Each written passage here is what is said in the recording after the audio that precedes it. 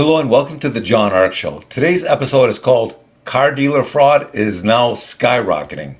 Before we begin, I want to encourage you to subscribe to our channel for free. You can also like, comment, and follow us. We're going to have a lot of great celebrity interviews coming up, so make sure you click on that notification bell so you can be notified every time we upload a new show. Also, we ask that you post a link to today's show on all your social media to help spread the word. Now, let's get started. Buying a car has always been difficult because of all the deception and fraud and trickery out there, but it will soon become much harder. So what is going on? Well, back in the day, you could go to a new or used car dealership and find a car that you liked and then simply buy it. Then various companies started producing car vehicle history reports that allowed consumers to check a car's history to see things that happened to it in the past. So you would think that this would reduce the amount of fraud and deception and criminality when people tried to buy cars, right? But you would be very wrong. In reality, all this did was to increase the amount of deception and the sophistication of all this deception being perpetrated by the dealerships and force them to get even more tricky and deceptive in the way they robbed the customers. So what kind of fraud are dealers engaging in, and how can you protect yourself? Well, here's what we found.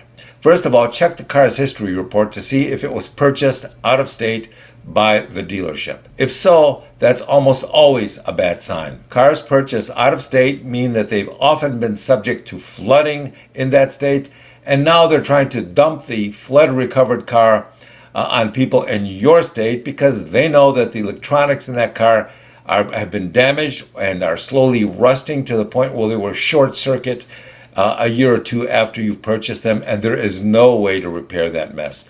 Once you short out all the electronics, the circuitry, and the wiring in a car, the cost of repairing it would exceed the value of the car. They know that. It's a nightmare. This is why so many people avoid buying cars from states which have frequent flooding.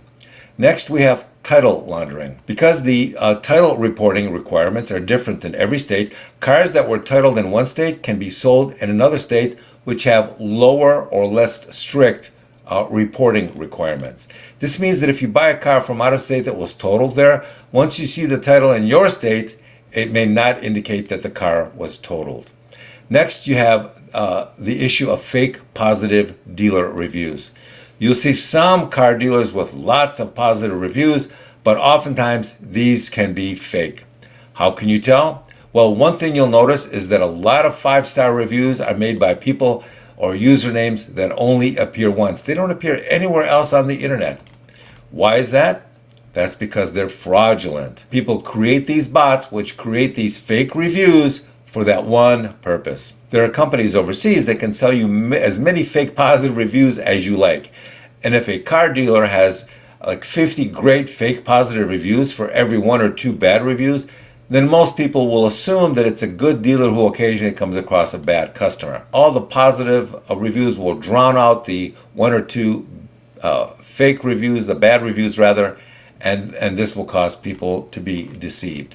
So how can a car buyer realistically protect themselves from this increasing level of fraud? First and foremost, whenever you wish to purchase a used car, you should always get a pre-purchase inspection, or PPI as it's called. Make sure the mechanic checks for flood damage. Also ask if they can run a scan on the car to check the real mileage and check for error messages that have been concealed by the seller. That's really important. Next, have them check to see if the scanner detects that the mileage was changed. Also have them check all the features and accessories on the car to make sure that everything works as it's supposed to. If the inspecting mechanic finds problems with the car, then ask him to give you a repair cost to see what it would cost to repair that problem.